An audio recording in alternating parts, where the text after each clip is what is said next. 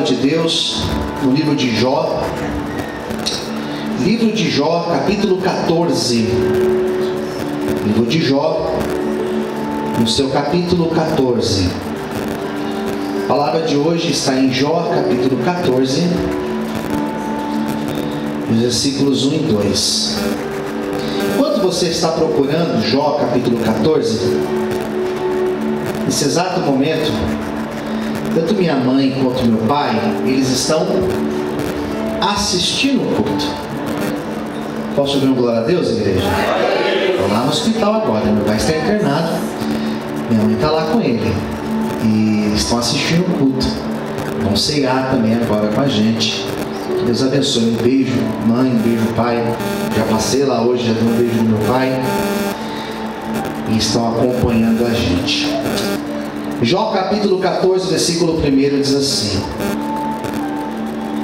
o homem nascido de mulher é de bem poucos dias, cheio da inquietação. Sai como a flor e se seca, foge também como a sombra e não permanece. Oremos, feche os olhos. Senhor, fala conosco nesta noite.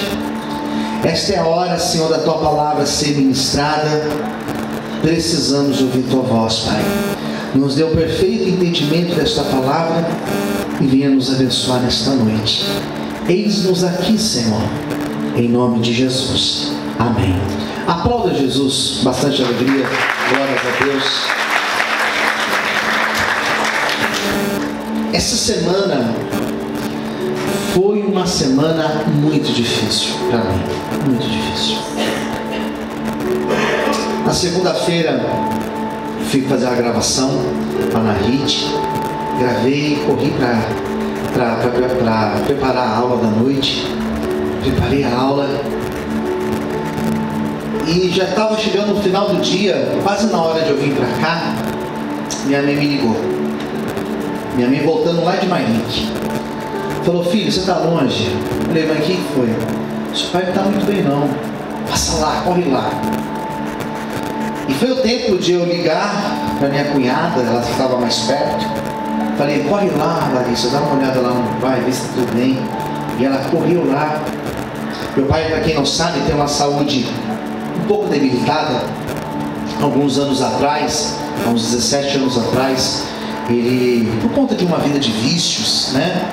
Infelizmente ele carregou alguns problemas de saúde e há uns 17 anos atrás foi diagnosticado com cirrose, ficou internado 21 dias em coma.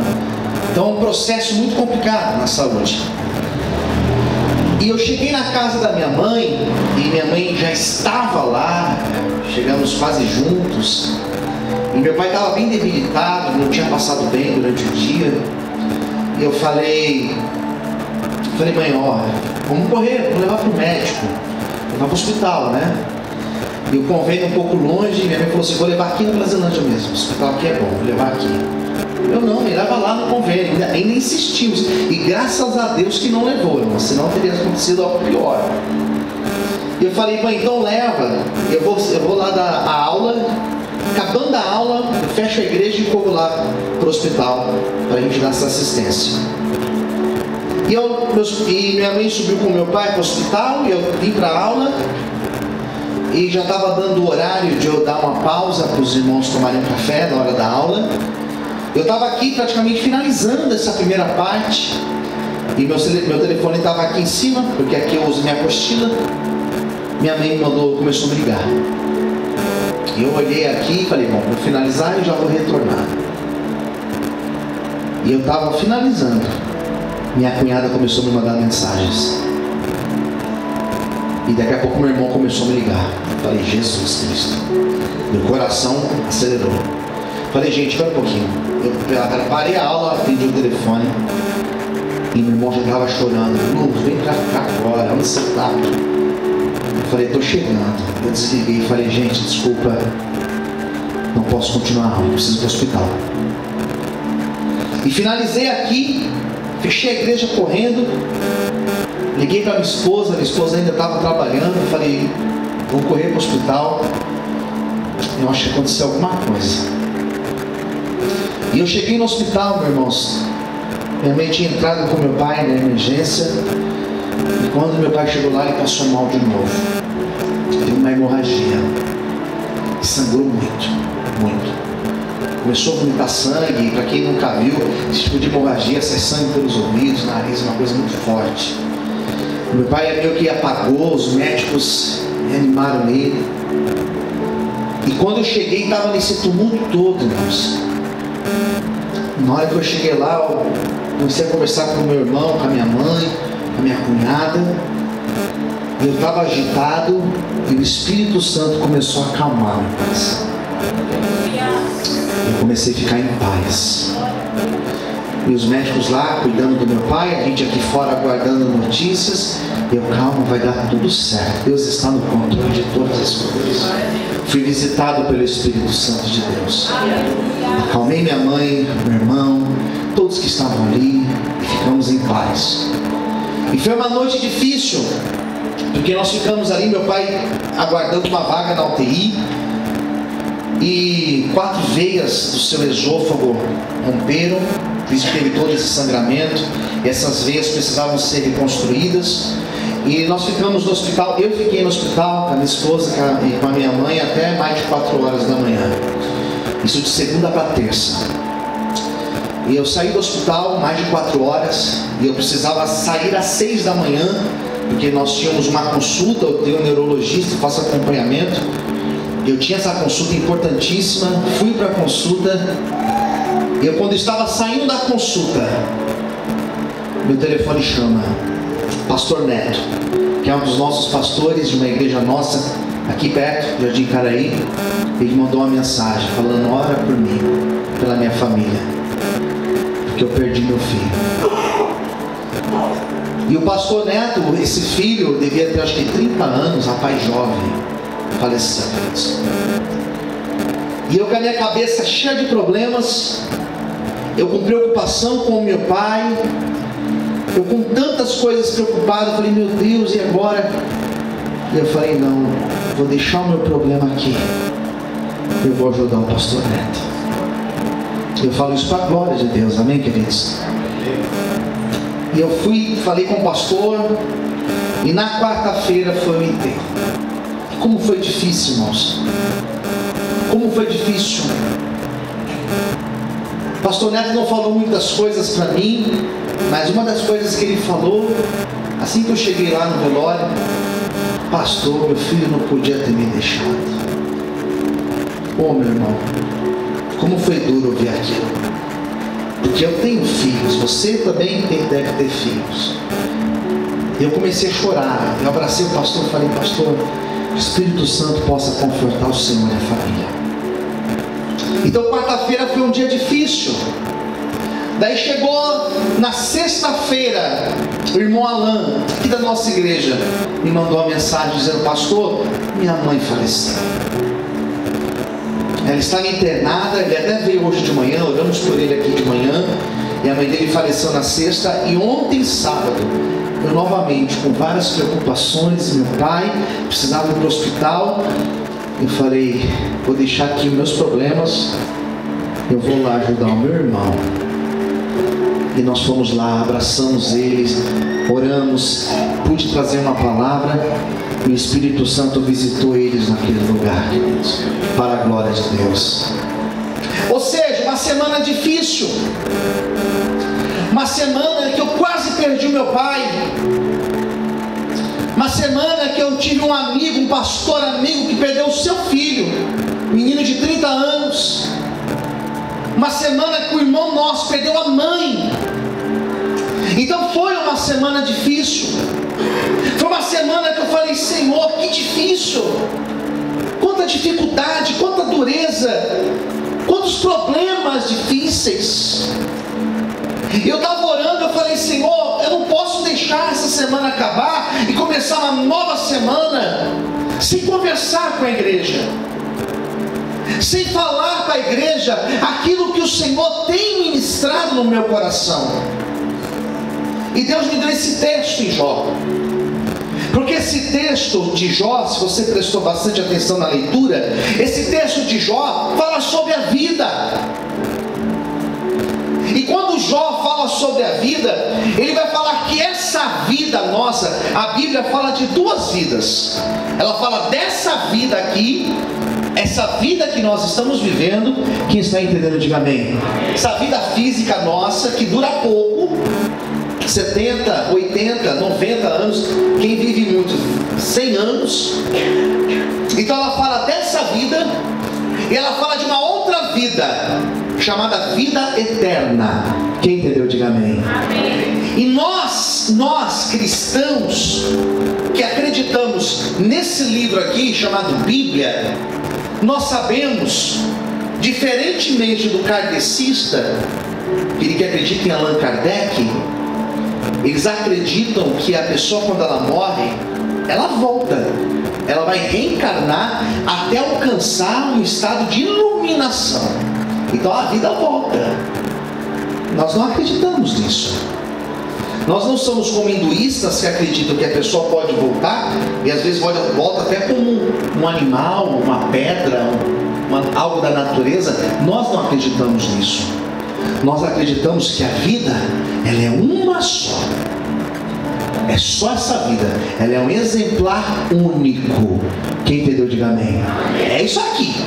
É essa vida. E essa vida aqui, quando a Bíblia fala dela, ela fala que ela é curta. A Bíblia fala que essa vida, ela é igual um conto ligeiro. Você conta rapidinho. Essa vida aqui, Jó compara ela com a sombra. Está aqui em Jó 14. É uma sombra. Você sai no sol, está lá a tua sombra. Daqui a pouco o sol vai embora, a tua sombra desaparece. Jó vai falar aqui no versículo 2 que a nossa vida, ela é como uma erva. Sabe aquela florzinha do campo que tem aquele, parece um algodãozinho? Se assopra, ela some. A vida é isso. Jó falou que a vida é isso. A vida é comparada a um fio de teia de aranha. Aquele fiozinho que você bate a mão assim, ele rompe. A vida é um fio. Então essa vida, ela é muito curta, ela é passageira. E Deus começou a ministrar no meu coração, irmãos, porque eu quase perdi meu pai. E o meu pai é meu amigo. Eu vivo maravilhosamente com meu pai, com a minha mãe. Eu converso com meu pai todo dia. Eu estou bem com meu pai. Só que tem pessoas que não vivem bem com o pai, não vivem bem com a mãe às vezes. E se eu tivesse mágoa do meu pai, irmãos? Se eu tivesse brigado com meu pai, como que eu ia ficar? Imagina lá, eu chegando no hospital e meu pai lá, e eu com medo, se meu pai morrer, eu não pedi perdão para ele? Já parou para pensar?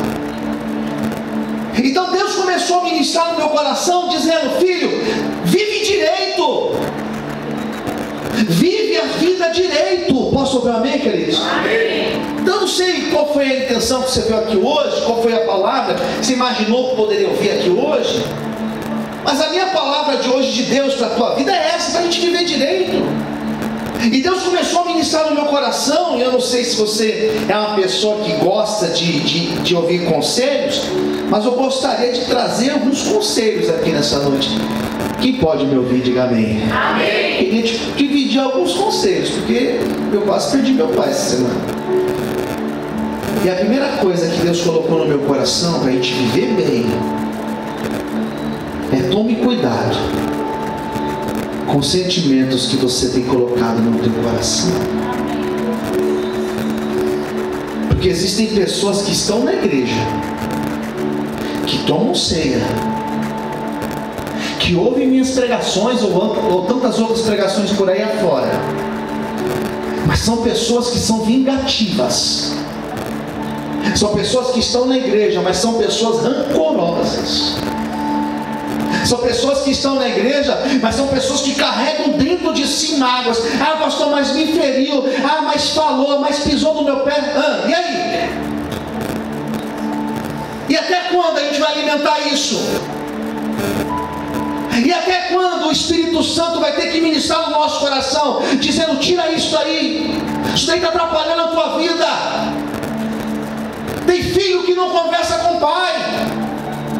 Tem pai que não conversa com o filho. Tem casais que brigam e ficam dias sem conversar, sem olhar um na cara do outro, sem sentar para conversar, para resolver, e fica alimentando aquele negócio. O diabo gosta disso.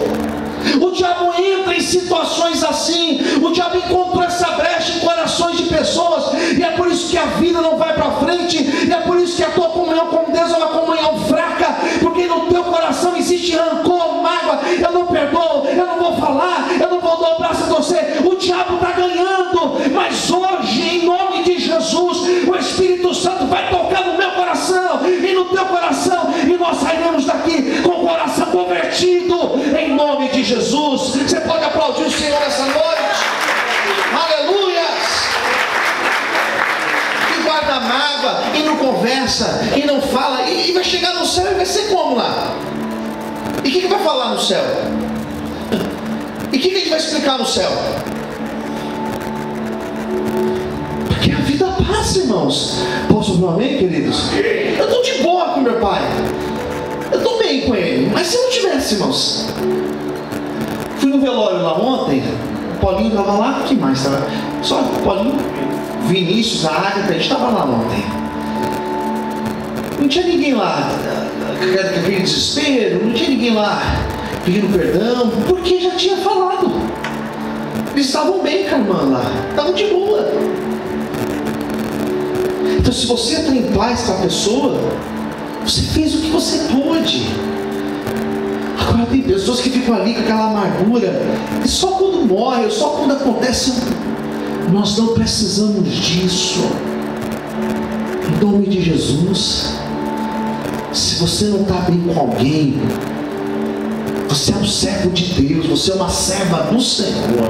Posso ouvir amém, queridos? Amém. Vai lá e resolve isso em nome de Jesus, e o diabo vai ser envergonhado, e o nome de Deus será exaltado e glorificado através das nossas vidas. Você pode aplaudir Jesus nessa noite? Aleluias! Você consegue dar uma glória a Deus? Segundo lugar, conviva bem. Seja uma pessoa amigável, seja uma pessoa de fácil convivência. Diga para quem está ao seu lado: seja fácil convivência. Seja de fácil convivência. Não, tem gente que é difícil, tem gente que é egoísta, tem gente que só pensa em si. Peraí, faz algo por alguém, em nome de Jesus. Abençoe a vida de alguém, em nome de Jesus. Posso ouvir um amém, queridos? Abençoe alguém. Fez um bolo, dá um pedaço para alguém. É simples, né? Mas você está abençoando alguém. Hoje eu cheguei